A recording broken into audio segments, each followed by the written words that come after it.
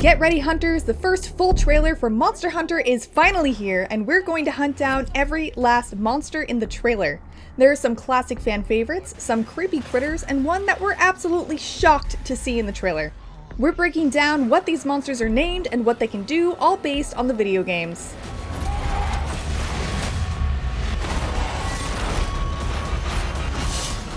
The trailer shows Artemis, played by Milla Jovovich, gets swept into the Monster Hunter world through a mysterious portal with an elite group of soldiers, and it's there that they must team up with Tony Jaa's character, the Hunter, to beat these fearsome foes.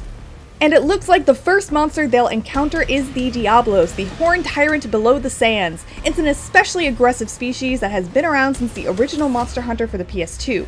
But this isn't just any Diablos, this is a black Diablos. It's treated as its own subspecies, but it's actually just a female Diablos in heat, which makes it even more aggressive and territorial. Though they look incredibly intimidating, Diablos are actually herbivores that prey on cacti. The one in this movie is definitely an extremely large gold crown size, which is as big as they get. And this one gets shot in the face with a rocket by Artemis, which is a good move because that is a weak point in the games. And it seems to work out because eventually they break off one of its horns. Although, we know from Monster Hunter Generations Ultimate, when a Diablos survives a near-death encounter with a hunter and loses a horn, it can potentially turn into an especially vicious bloodbath Diablos, so better slay it quick. Now, this huge skeleton most likely belongs to a deceased elder dragon called the Daran Maran. These whale-like monsters inhabit the Great Desert in Monster Hunter 4. They have a huge, single jagged horn, unlike its slightly smaller relative, the Gen Maran, which has two tusks. These are so large, hunters have to board sand chips and use heavy artillery like Dragonators and Ballista to take them down. In other words, good thing this one is already dead. But not all of these monsters are monstrous. The Apsaraos are herbivores like Diablos, and like Diablos they are also quite aggressive, though obviously much less threatening. Hunters can leave these alone, harvest them for tasty meat, or sometimes steal their eggs for a delicious delicacy to cook back home. In this scene, it looks like a herd of Apsaraos are being attacked by a fire-breathing monster, most likely the Rathalos we see in this trailer, but more on him in a minute. As the Apsaraos tumble off a cliff, we actually see Monster Hunter World Slinger in action, pulling two people to safety. Unfortunately for the Apsaraos, they can't fly. These creepy crawlies are Nerscylla, otherwise known as the Shadow Spider, a monster introduced in Monster Hunter 4. Though highly adaptable and found in many environments, usually only its subspecies, the Shrouded Nerscylla, can be found in desert-like regions. It primarily uses poison to weaken its prey before binding them with sticky webs, which it also uses to build nests.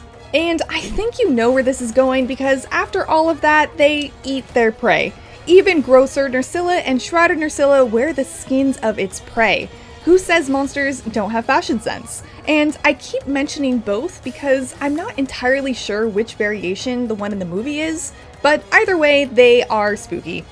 Next up is the King of the Skies, the Rathalos, the iconic flagship monster from the original Monster Hunter from 2004, back to regale us with its majesty. But this isn't just any Rathalos. As you can tell, this is a massive big boy. Oh lord, he big. Looking at the size chart comparing the Rathalos, the Silver Rathalos, and Dread King Rathalos, this one looks even bigger. Director Paul W.S. Anderson has called this particular Rathalos a Greater Rathalos, which is unheard of within the games. But he did hint it has something to do with the ancient civilization, so maybe we'll learn more about how a Rathalos got so big it can take down a military plane. And now we've arrived at the monster I'm the most shocked to see in the trailer, the Gore Magala. The implications this monster has on the plot are huge because it's so dangerous, like it'll wipe out an entire population dangerous. In Monster Hunter 4, this thing was so rare and mysterious it didn't even have a classification. We eventually learn it is a juvenile elder dragon that is yet to molt, and it turns into an elder dragon that is believed to be a calamity spoken of in ancient text. What makes it such bad news is it can infect other monsters and hunters with the Frenzy virus, which sheds from its scales. It's a peculiar infection that causes monsters to enter a frenzied state where they become enraged and physically stronger and usually kills them in a few days, if a hunter doesn't get to them first.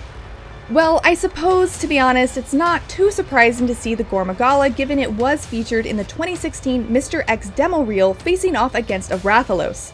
It's just unexpected because I'm not sure how or if it will factor into the movie because it was the main threat of an entire game. Maybe it's just going to be there to set up the conflict of the next movie? Who knows?